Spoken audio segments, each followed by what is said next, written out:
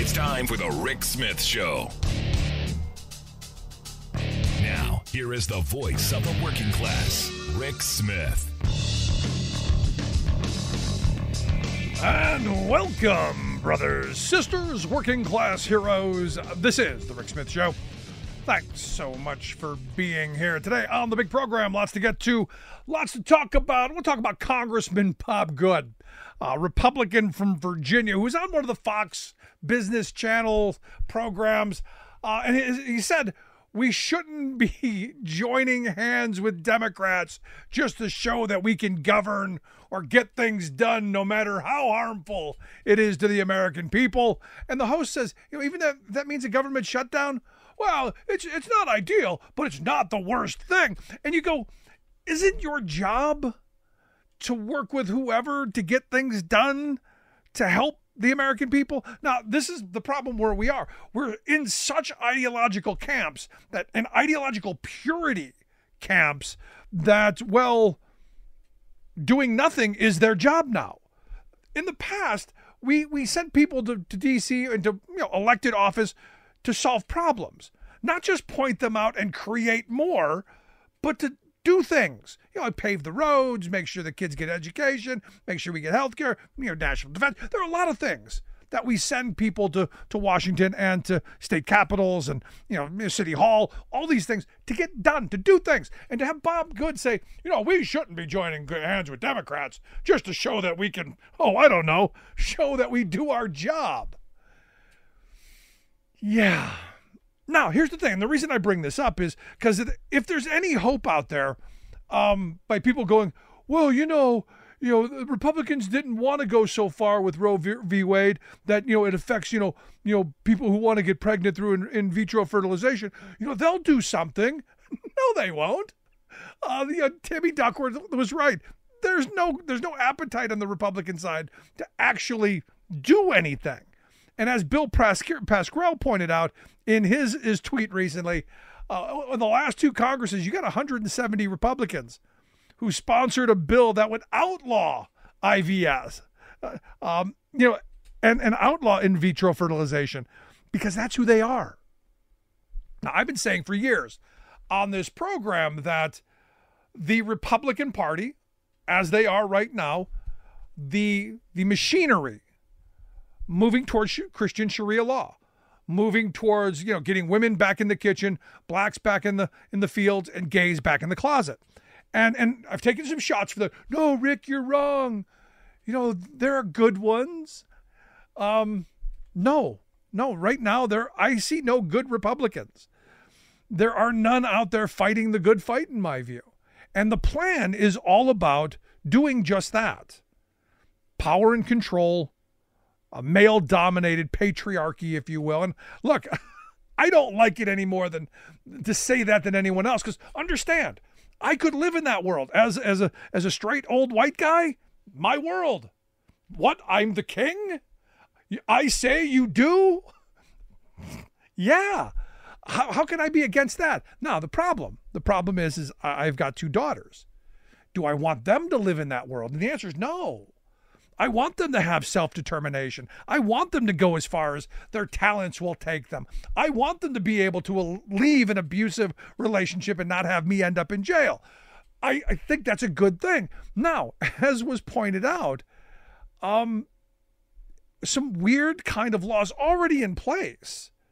For instance, in Missouri and in Texas and Arizona and Arkansas, pregnant women can't get a divorce. Now, you can argue, but Rick, the reason they did that, was all well and good intended. Wanted to make sure that the child had a proper family when it was born and that the legal system would know who's responsible and, all that. No, that's, again, unintended consequences. What's that thing? The path to hell, pay the will of good intentions. Remember that? This one of those things that you go, couldn't this be used to force women to, one, abandon pregnancy, abortion, or something worse? Could this not be something that could cause even more violence from someone who doesn't want wants to get divorced but can't. Couldn't this be something that could be used as a control? No, I'm never going to let you leave because you're always going to be pregnant. I mean, it just seems like a dumb rule. But my mind goes, well, this is where we're going to continue to see legislation, like this court decision in Alabama saying, those fertilized eggs, those are babies. Those things we were going to use to fertilize, all babies. It's going to get worse, folks. It's going to get a lot worse. And as I've been saying for years, contraception is on the table. This idea that I go back to the Monty Python thing. I can't get it out of my head.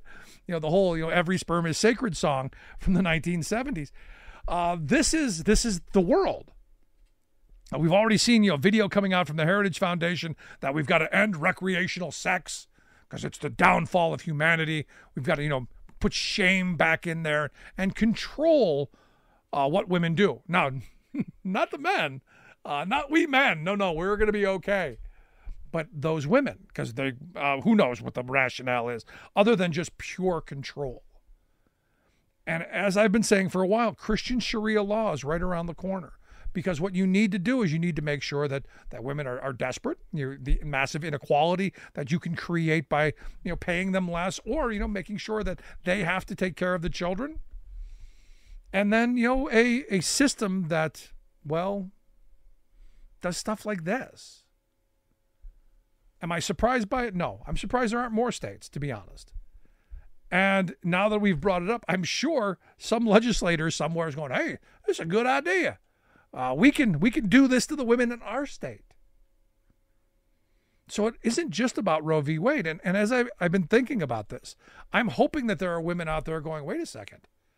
I was against abortion. I was against, Roe versus Wade. I didn't think they were going to come for me.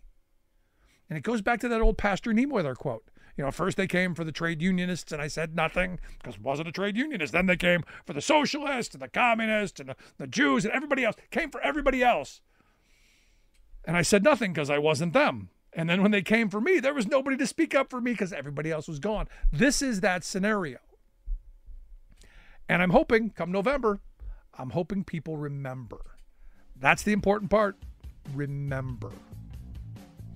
Want to hear your thoughts? Email me, rick@thericksmithshow.com. Going to take a quick break. When we come back, former Alabama Senator Doug Jones is going to be here to share some thoughts on the decision out of Alabama, his home state. Quick break. Right back after this.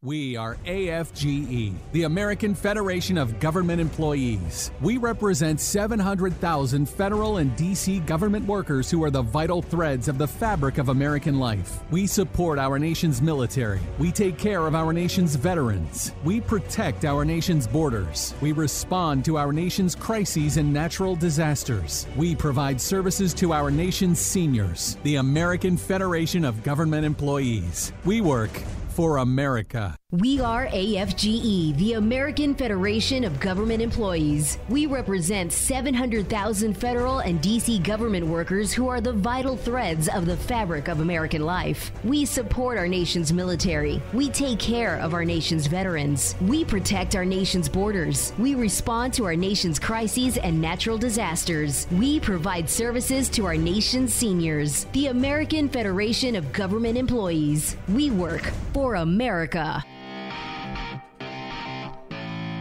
Welcome back to the Rick Smith Show. Now, here is Rick Smith.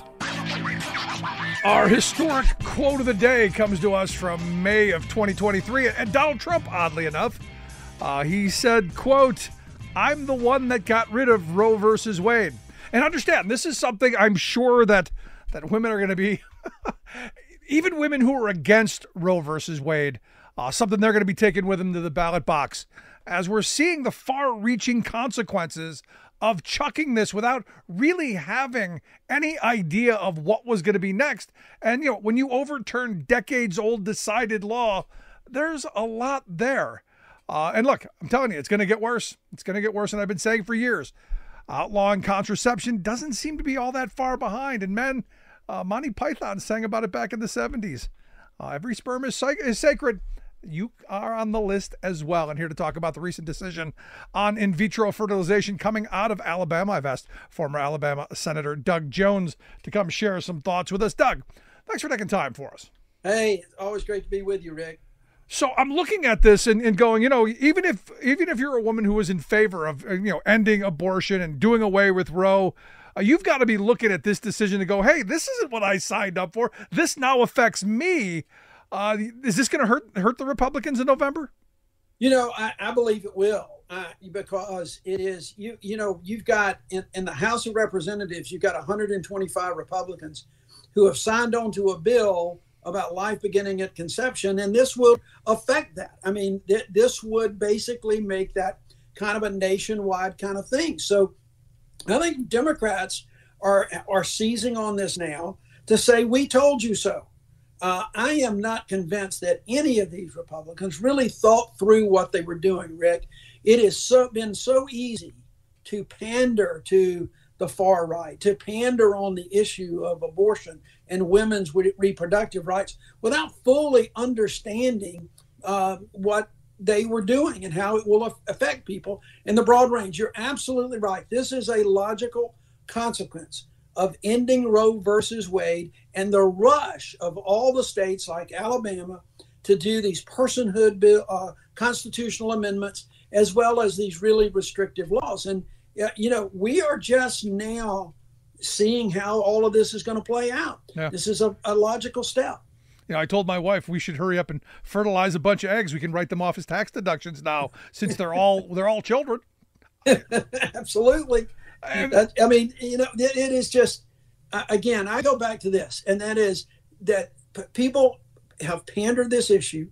They have talked about it. It is really easy, Rick, to stand up for a politician, stand up and say, "Oh, we've got to protect the unborn. I'm all for, I'm pro-life. I believe that life begins at conception," and and don't even think beyond that. And this is where this is all going, and we see it now. And all of a sudden, we got Republicans in Alabama in a complete twist, and it's going to continue that way in Washington, D.C. as well. Yeah, I think a big part of this is they didn't really think that the Supreme Court would do what they did. I mean, I was saying, it'll be getting to there, but I thought it would have been a slow, incremental death of 1,000 paper cuts kind of thing, not a rip the Band-Aid off kind of moment. But the Roberts Court, well, they ripped the Band-Aid off.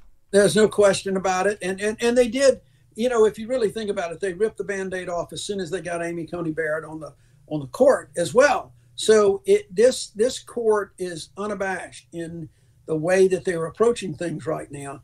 And the states and the legislatures in these MAGA states like Alabama are also just barreling forward, and they're not thinking. It has been almost, if this wasn't such a serious issue, and it is for so many people, it would be comical to watch these people in Alabama now.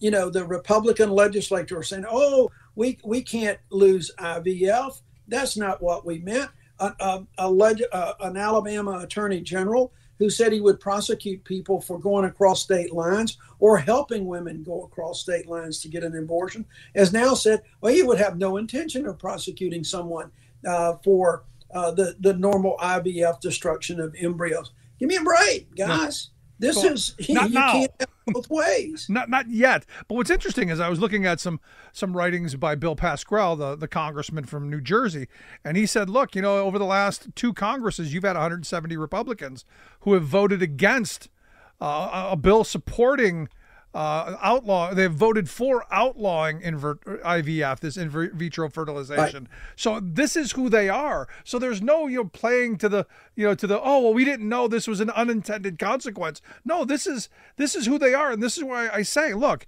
this isn't the end of this. I think contraception is on the table. I think ending contraception is there, and because I've had people that no, they wouldn't go that far. Oh yeah, they would. Yeah, they would. Absolutely, they would. Because that is part of that far right base, and that is the only thing that they're playing to in these gerrymandered districts, Rick. We've talked about gerrymandering before. When you're in a gerrymandered district and you've only got to play to the far right that believes this, then yeah, it could absolutely happen. That is the next step, or one of the next steps going forward. I'm absolutely, like you, convinced of that. Now, I had someone email me, go, well, we shouldn't be doing this anyway. We should be having those families who are doing the in vitro fertilization, they should be adopting the kids and this would be the perfect solution to all of this. So we wouldn't have to have all this chaos. It would be a wonderful world that, the people who don't want the kids, we force them to birth them and then give them the people who don't want to pay for the embryos. Well, that is such an absurd, somebody is really sinking to low depths to justify that and to say that is just absolutely nuts. Yeah, I was going to go with dumb, but you much more eloquent than I am. I'm a little bit more straight to the point. That's just dumb, but okay. But so what happens now? I mean, in Alabama, I guess the clinics have closed, right? Well, I don't. The last I heard, 3 out of the 6 have closed, but my guess is that they will all have to put a pause on this right now. The transportation of these embryos has been halted. It's everything is just up in the air right now. You've got the Alabama legislature in session, which is always a dangerous thing for Alabama. But they've got bills that are pending. But frankly, Rick, I don't know if those will cure the problem here because, in 2018, Alabama passed a protection of the unborn child constitutional amendment. I don't see how they get around that without repealing or somehow modifying that language. And that's going to open up a can of worms. So let me ask you this, because and I know this sounds like an outrageous question, but let's say that in Alabama you said, what, we're going to fertilize the embryo, we're going to store them, and it's all for the purpose of implantation, and we're going forward with this, and the power goes out and it goes away. Are you now up for murder? I mean, how absurd that sounds, me even saying it, but it just seems like we're opening some weird doors that something like that could be plausible. Sure. I mean, look, I don't think it would be a murder charge, but you could be certainly on the hook on some kind of manslaughter, negligent homicide, for not having a backup generator, all kinds of things, if a DA or attorney general wants to do it. And let's make it even a little bit more intentional. Let's suppose that somebody goes in there who is the opposite political persuasion and just start smashing some of these test tubes. That would be an intentional act. That would absolutely be murder under this law. It really is a slippery slope, and I don't think our attorney general can say he has no intention when he is constantly looking to pander to run for higher office in 2026. It is, and the other thing I want to make sure folks understand, Rick, and we're talking about it without really saying it. This is Alabama now, but you can count on the fact there are people in every state in this country that are looking to this Alabama. They're studying that opinion, trying to see what they can do, and they're going to start putting pressure on their legislators to move in that direction. For sure. No, without question. No, I mean, the organization on the right is incredible. And look, they find the place to in the petri dish that is Alabama right now, to birth their bad ideas. That will inevitably, I believe, spread to other states without question. I think you're spot on right. So the question then becomes, how do we push back in this moment? Look, I know November we got a presidential election. We've got big elections coming up. That's a huge part of it. But there's got to be more than just that, no? Well, look, I think that the reaction and the media reaction and the social media reaction has been very strong. And I think people need to, as we go into election, remember, every member of the U.S. House of Representatives is up. They may not face much of a challenge, but they're going to be on the ballot. And that means they're going to be out there. And people need to challenge them. Yeah. And look, and when I'm saying challenge them, Rick, I'm not talking about threatening them or violence, anything like that. You don't need to do that. No, you put your name on the ballot. That's right. You just need to stand up and ask the question, why? And how is it? And how can you reconcile? How can you say that life begins at conception only if the conception is done in some traditional man-woman way versus IVF. Right. Because they cannot reconcile that. They cannot do that, especially when you've got a constitutional amendment like Alabama. See, this all to me, and maybe I'm just a little simpler on this. To me, this is all about power and control.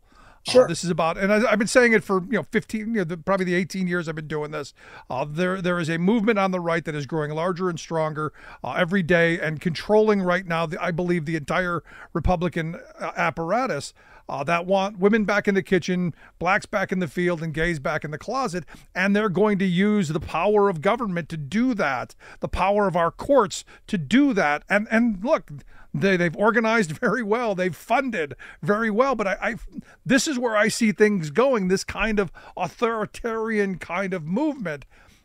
And I don't think people quite get where that it means them eventually. We're all in the Shark Tank. Look at what's happening. It is just the opposite of conservatism when you've got government intruding on this and telling you what you can do and not do. And it's I completely agree with your characterization. There's a fellow professor in California, George Lakoff. I don't know if you've ever read his stuff. Talks about the authoritarian, the father figure, the strong father figure, and that's what that's exactly what we're seeing with all of the stuff going on in the Republican Party in Alabama and nationally.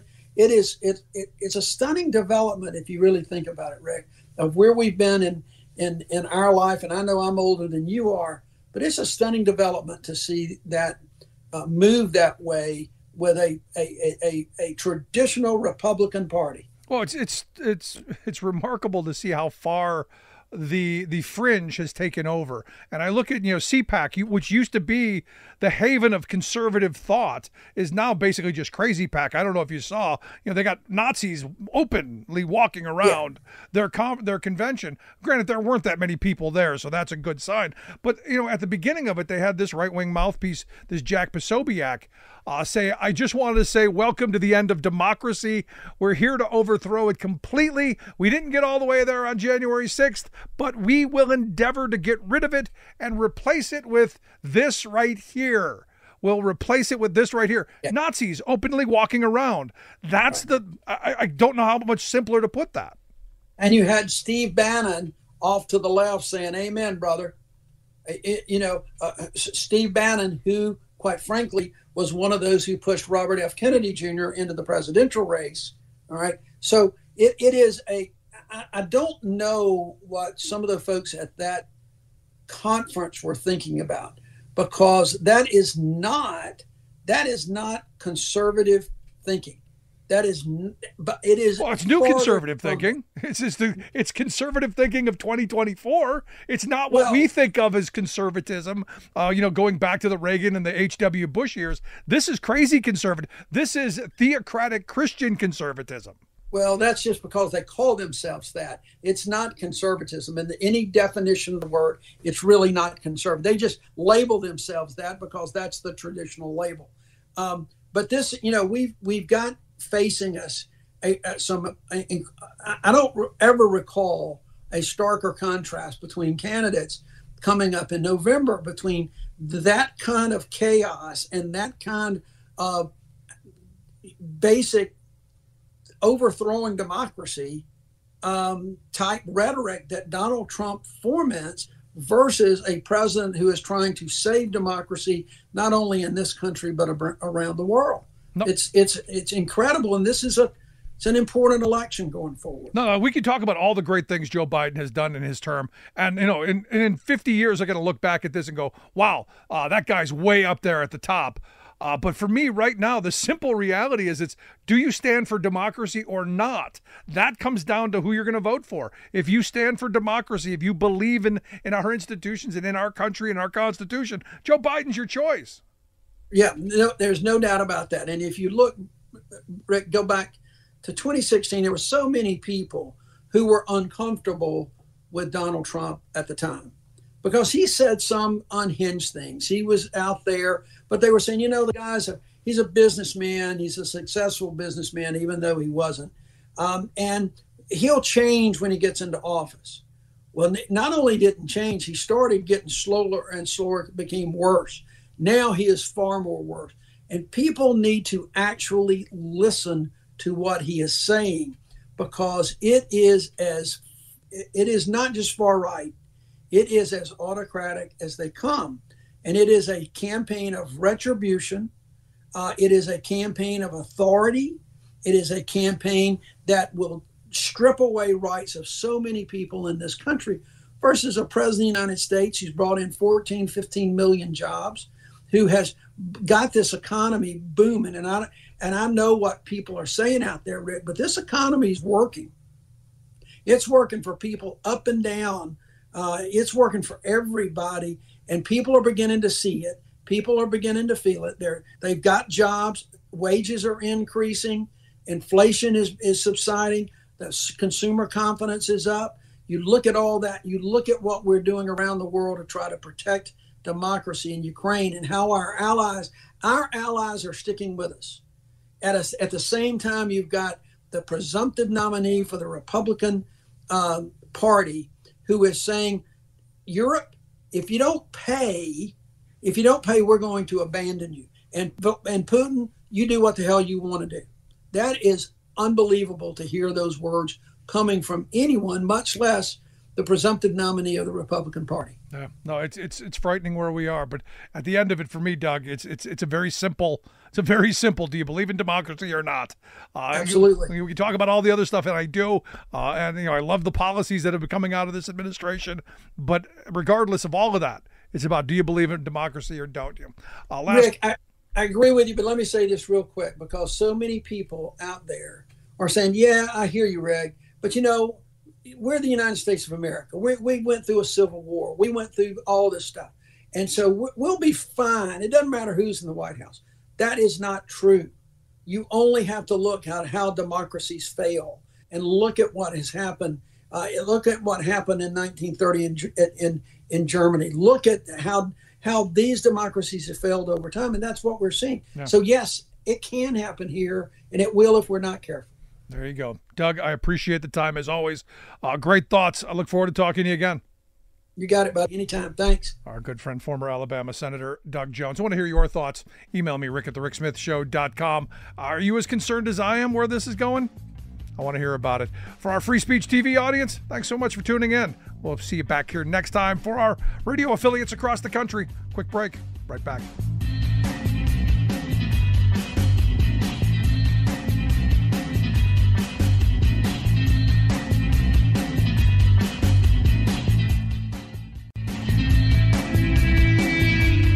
Welcome back to The Rick Smith Show. Now, here is Rick Smith. So, as a lot of my friends know, and a lot of viewers have quizzed me about over the years, I'm a big Denver Broncos fan. I have been since I was a wee little kid, going back into the mid-'70s. And I've been following this saga, this soap opera, this drama with Broncos quarterback Russell Wilson, of which, I got to be honest, full disclosure, was not in favor of giving him all the money and bringing him in. Didn't think he was going to be the grand savior of the franchise, but wanted well for him, wanted him to do well, all of that stuff. I came across this story written by a guy named Andrew Mason, and he was talking about a podcast that Russell Wilson had done with former Broncos wide receiver Brandon Marshall. And as I'm reading through the saga that has been the goings-on between Wilson and the Broncos organization, the employer side of this, because understand, I look at things from a employer-employee relationship as always. Regardless of what you think of Russell Wilson, you think he's high-priced quarterback, you think he's got all this power. He's an employee. He's just a worker like anybody else. Granted, he makes a lot more than most of us do, but still, at the end of the day, he's an employee of the Broncos organization. Now, evidently, according to this podcast, the Broncos came to him and said, hey, we want to restructure your contract or we're going to bench you. We want you to do away with or change the terms of the injury guarantee that Wilson had in his contract to ensure that, if he gets hurt, he's going to get paid. Because what most people don't understand about the NFL is if you get hurt, you don't get those big number contracts unless you have a guarantee. Now, what Wilson said in this podcast is like, hey, look, they came to me and they said, hey, we're going to do this or we're going to bench you. And he's like, well, then go ahead, bench me. I'm not giving this up. I'm not going to. And his direct words were, I didn't want to set a precedent for other players to remove their injury guarantee as well. It was no way I was going to do that. So they said they were going to bench. They're going to bench you. And I said, well, if that's what you're going to do, go ahead, basically. And what I found interesting was not that this went on, because, this kind of stuff I'm sure happens more than gets into the news. Because even Marshall, the interviewer, goes, hey, that's like extortion. You got to get the NFL Players Association involved, attorneys involved. Obviously you got to do this. And what caught my attention, and the reason I'm bringing this up, Wilson's response, as someone who, look, I've done a lot of union work over the years. I was a steward for a number of years. I've represented workers in numerous places and opportunities. And this struck with me because Wilson's first comment after going, hey, Marshall going, hey, you got to get the union involved. You got to get lawyers. You got to stand up to this. His response was, well, I didn't want to. But then, the Broncos kept saying it all the way throughout the week. So, then I talked to, my agent talked to the Players Association. The Players Association called me and asked, and then they talked to the NFL, and the NFL was like, this is illegal. You can't do this. And, Brandon Marshall understood this right from the very beginning. You call your union, call your attorneys, don't just take it. And for me, this is one of those moments where you go, here's a guy who's a multimillionaire, reluctant to use his power. And understand, using your power grows your power. The second you say, no, I'm not going to do that. And oh, by the way, you can't do that. And oh, by the way, this is the organization that's going to stand behind me and make sure you don't do that. Every working person, for me, and this is what I tweeted out, I said, every worker should read this because you have this, multi-billion-dollar employer, part of a, multi-billion-dollar corporate entity, the NFL, putting pressure on one guy. Now, granted, it's a lot of money. It's like $39 million. It's a lot of money. But you've got this behemoth organization coming down on one guy. And understand, if they get that one guy to go, okay, that's going to set the precedent. Well, he did it. Why won't you? Knowing that a lot of working people don't have the mentality that Brendan Marshall said, hey, call your union, call your lawyers. Don't just take the abuse. Don't just take that. Stand up for yourself. This is, and yes, I'm going to spin this back to the average everyday worker. Because, as I said, if you use your power, and that's the power of number, the securities in numbers, the fact that if you can get all employees to stand together, you've got power. And the more you use it, the more your power grows. And it's contagious. But Wilson was, well, no, I don't want to rock the boat right away. And I get this, and I've gotten this message from people throughout the years. And look, these are people who are, they're tough guys, they're leaders, they're all that stuff. But they just don't want to rock the boat. Just don't want to cause waves, don't want to make any people upset. We'll work it out.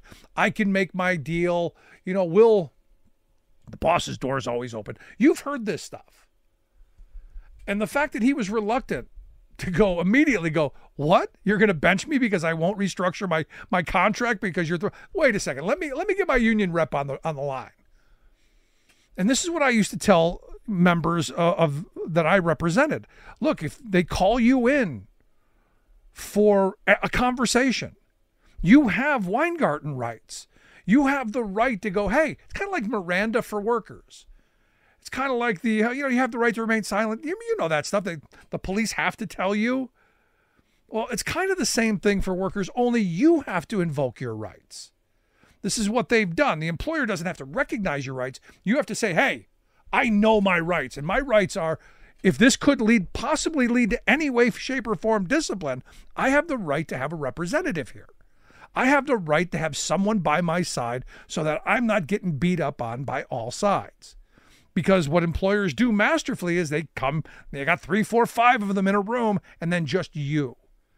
And then they pepper you with questions from all sides. And they all remember in the event that something happens down the road. So it's always best to have someone there. And this is why you would tell people, if you get called into the office for any reason, and you feel that, hey, this isn't right, go, hey, can this lead to discipline? And if they say no, then you answer the questions, you go along with it because they've already said this isn't going to lead to discipline. If they say, well, maybe we don't know, then you go, I'd like to have my representative here. I'd like to have a steward, a business agent, a fellow worker, someone standing beside you to, one, be a witness, and two, maybe, as in the case of a steward or a representative, know a little bit more about what the contract allows and what it doesn't. And this is why the Wilson thing grabbed me and has been weighing on my head as an opportunity to go, this is a moment that where even Wilson, the leader that he is, fell into the, I didn't really want to go that route. No, that's the power you have. Now, obviously people are going to go, well, Russell Wilson's a leader and he's going to, go and it's his contract and he's going to, and that's fine. But in the event that it turns out badly, as happens in a lot of places where you don't have the backstop of having a union representative, you don't have the backstop of having a union contract, which is why I say every worker needs one. You get the short end of the stick. So like every CEO and like every NFL player, every working person should have a contract. It's for me, that simple. But I hope that comes to some resolution. I like Russell Wilson. I like him as a player, not so much when he was with Seattle beating the Broncos in the Super Bowl, but I wish him well. And I think it's a really crummy thing the organization tried to do to him. That said, we will see how this plays out. Now, some good news on Monday. The Federal Trade Commission, the FTC, filed lawsuit to sue Kroger and Albertson from merging. We talked about this last year. The big supermarket chain Kroger and Albertson, they had, I think it was $23 $24.6 billion acquisition plan for Kroger to take over Albertson. Now, Kroger is heavily unionized. They're in a lot of metropolitan areas, like 50 places around the country. And they wanted to come together. Their argument is, well, we've got to compete with Walmart because Walmart's the behemoth, and this is going to give us the opportunity to grow and be as big and bold and muscular as them. Now, people who are against it, like me, say, this is a bad idea because we're limiting the number of choices consumers have. Prices are going to go up because someone's got to pay that $24.6 billion back. And of course, all the stuff that comes with lower service, less quality, all that stuff. And EPI, the Economic Policy Institute, last year came out with their analysis of what it could be. And they said, look, it could lower the wages for $750 million employees who work at grocery stores in these 50 metropolitan areas. Their earnings could fall by some $334 million in those areas. And they point out that, Kroger and Albertson employ about a quarter of all grocery store employees in the country. That's an enormous amount of people. And they also say that, look, the negative externalities that could come out of this, they're going to fall on the backs of workers. They're going to fall on the backs of consumers. And I would argue on the backs of taxpayers as well. Because understand, Walmart is one of the biggest welfare queens in the country. Now, you go, but hey, Rick, you got to let them compete. You got to let them grow. You got to let them be a little more muscular. You got to let them, economies of scale. Let them compete. And I say that's the wrong argument. The wrong argument is not consolidate more. The idea is to break up behemoths. Walmart shouldn't have the kind of outweighted power that it has. This is where I'm thrilled to see the FTC actually doing something and stopping some of these mergers. We've got to stop the consolidation that's going on that has harmed workers, harmed consumers, harmed communities. And benefited the very wealthy. But not to mention also harmed taxpayers. Because when you hold down wages, when you crush wages, and you crush workers' ability to earn better wages by organizing and negotiating for them, what you end up with is a Walmart scenario where you have a large portion of the people working there needing help through public assistance, food stamps, school lunch programs, LIHEAP, rent assistance, you name it down the line, medical care assistance. When Walmart is one of is a gazillion-dollar corporation where you've got the three Waltons who are worth more than Elon Musk. Three people are worth, was it $280 billion or some crazy number? Where did that $280 billion number come from? Well, I would say a good portion of it came from taxpayers funding their workforce.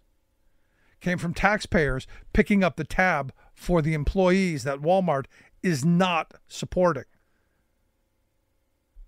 And the fear here is, a lot of these Kroger workers are unionized.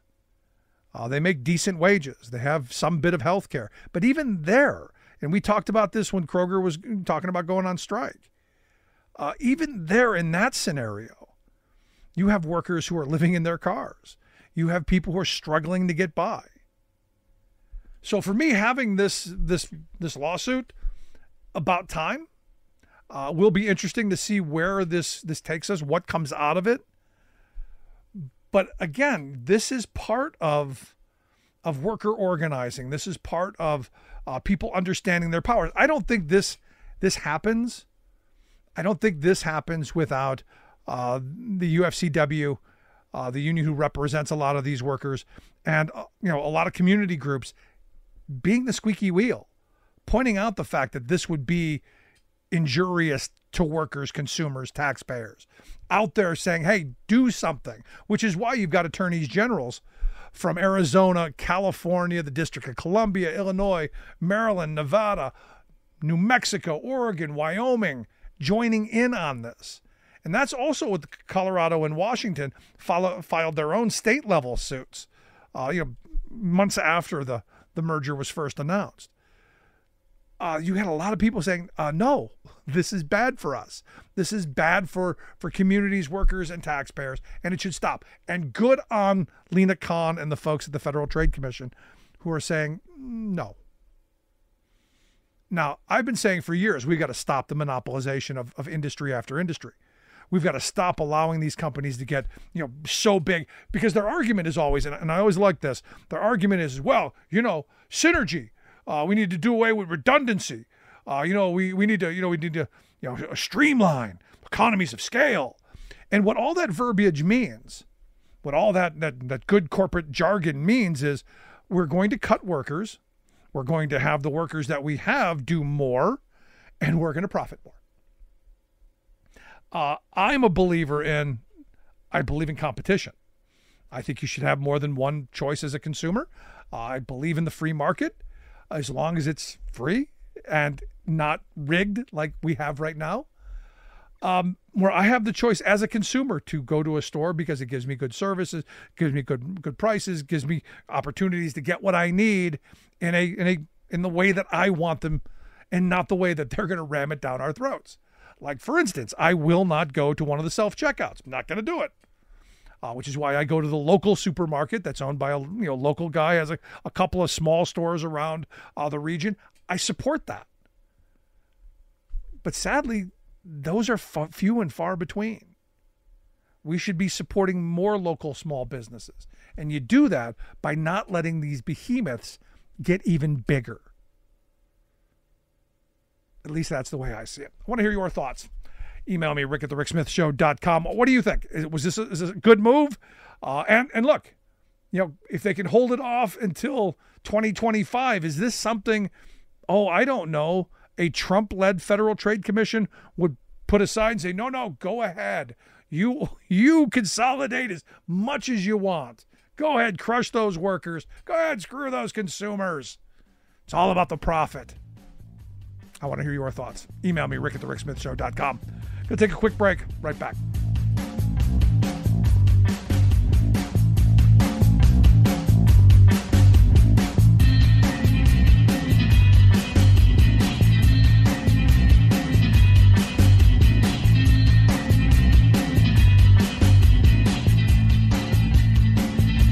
I'm Rick Smith, and this is Labor History in 2. On this day in labor history, the year was 1942. That was the day that 27 Japanese women working in the Seattle public school system handed in their forced resignations. In the aftermath of the attacks on Pearl Harbor, anti-Japanese hysteria swept the United States, especially the West Coast. 127,000 people of Japanese ancestry were sent to live in 10 internment camps by executive order of President Roosevelt. Many of these U.S. citizens sold their homes and businesses, often for a fraction of their value, before they were forced to move. In Seattle, mothers from Gatewood Elementary School circulated a petition for the removal of Japanese office employees from the schools. The school district pressured the women to resign. Even James Sakamoto, the editor of the Japanese American Courier, encouraged the women to voluntarily leave their jobs. He met with the women at the newspaper's office and told them they should resign before they were fired. Faced with such pressure, the women wrote a resignation letter. They wrote, "Most of us have received our education in local schools and have been proud of the fact, as we have been proud of our positions as employees." Word of the resignations quickly became headline news in local newspapers. Several protests were held in support of the women. Students at the University of Washington circulated a petition on their behalf. They gathered more than 1,000 signatures, declaring the treatment of these office workers undemocratic, intolerant, disrespectful of the rights of American citizens. In 1986, the governor of Washington signed into law an admission of wrongdoing toward these women and payment of reparations for their forced resignations. Like what you hear? Check out more at laborhistoryin2.com.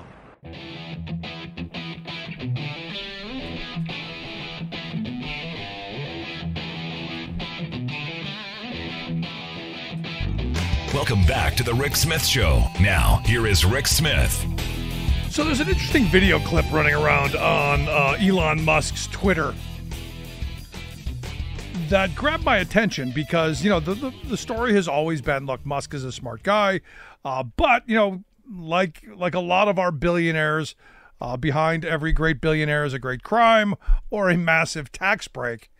And I find it interesting that his brother, Kimball, this is years ago they did this interview, and the brother basically outed them for being in the country illegally. Now, again, it was an interesting dynamic of Musk saying, well, yeah, but we slept in the office all those hours, and we pulled ourselves up by. No, you got millions of dollars from the federal government to be able to start your first business, and you were here illegally. Admit it. Your brother did. He's okay saying it. Yeah, we were here illegally. And we got this money to help us start a business. And now look at us. Look at how revered we are. And this is one of those things where you go, interesting how, you get this, we pulled ourselves up by the bootstraps kind of story. And you look how smart we are. And then, taking over Twitter and, talking about, close, slamming the door, basically kicking the ladder out behind them. We made it to the top. We did well. Kick the ladder out. And this for me is what was always great about this country, is that people came here, wanted to come here to start a new life, and got a helping hand and did well. That's a great story. I mean, that would be the immigrant story that you would want told over and over again, unless you're Elon Musk, who seems to be moving towards some of the fringe on the right. But I find it interesting that, they were here illegally, and his brother, the response, though, from Elon was, well, it's a gray area. No, there's no gray area. Did you have papers? No. Well, no. Were you illegally here? Well, no. And the question, this should, every right-wing build the wall Trumpite should be going, well, how did he get the money? Because I'd like to know, how is someone here that's here illegally, got the kind of money that Musk got?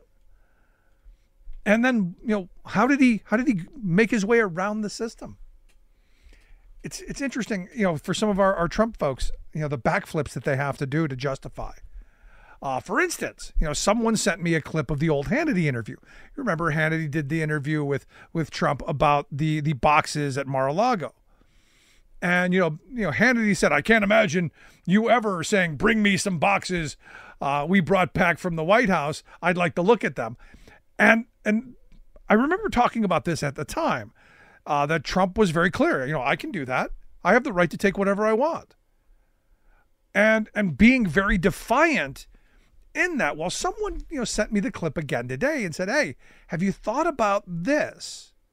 Have you thought about the fact that maybe he thought there was a payday at the end, and maybe it wasn't that he was going to sell it to the Russians or, to the Saudis or, whoever, to the highest bidder. Maybe that wasn't what it was. Maybe it was about fleecing the federal government, because there was a little tick in his comment. And I know when Trump speaks, you have to listen to the whole sentence and find the thing that he didn't really want to say, but because he has kind of diarrhea of the mouth, it just flows out. He said that, they ended up paying Nixon $18 million for what he had. And there's, this person said, have you thought that maybe this was just about him getting a payday? And, I don't know. Interesting. Could be. Wouldn't surprise me. And look, probably needs the money now, being as broke as he is. And I still find it interesting that, he plays the victim and, I'm so discriminated against. No, you broke the law. You did what you're accused of. This is my problem with conservatism today. He did what he was charged with. He's done it all. Conservatism used to be about personal responsibility. I guess personal responsibility, unless you're Donald Trump. Or Ron DeSantis or any of them, because I saw this story coming out of Florida, and not, this is another one of those things you go, not surprising.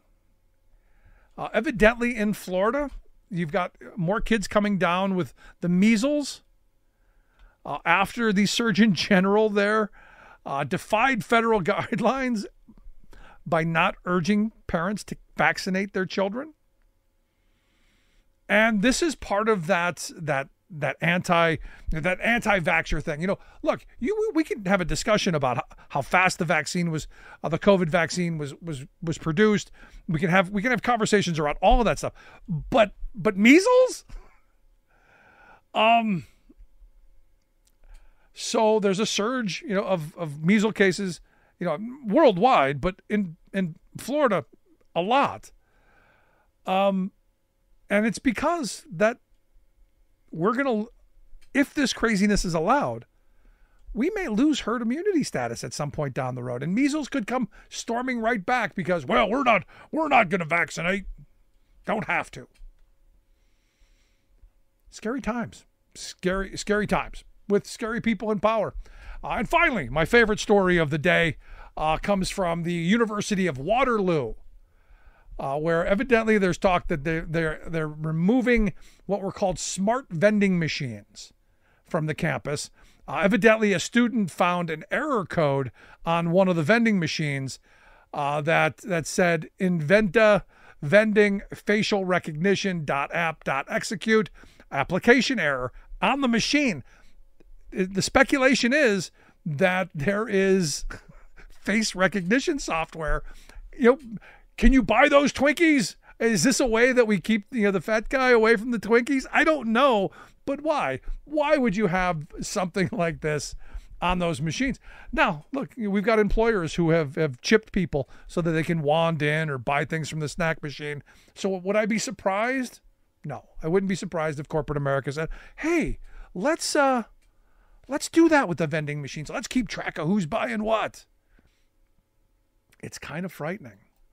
But here again, we're in this space. We're in this moment where we are so far behind what is AI and what is the technology of the future that who knows what they're doing or how they're using it, because there's nothing there yet.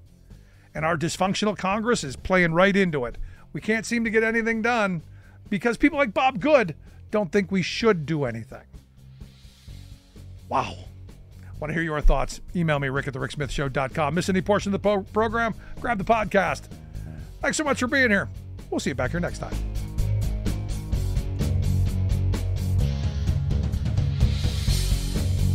You've been listening to The Rick Smith Show. Email Rick at rick@thericksmithshow.com. Until next time, this has been The Rick Smith Show, where working people come to talk.